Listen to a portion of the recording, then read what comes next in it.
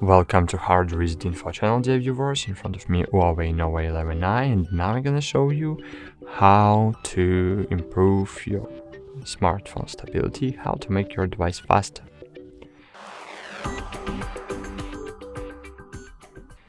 So firstly, you need to remember one rule: never fill up your internal storage over the 70%.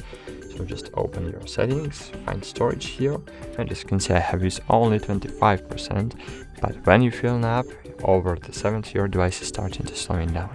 So never fill up your internal storage over the 70%. If you have filled, so you need to relieve the space on your device.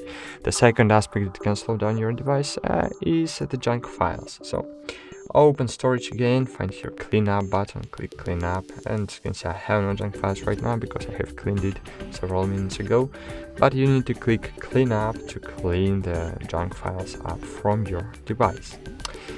And of course, the last aspect you can do is to open the battery settings and enable performance mode.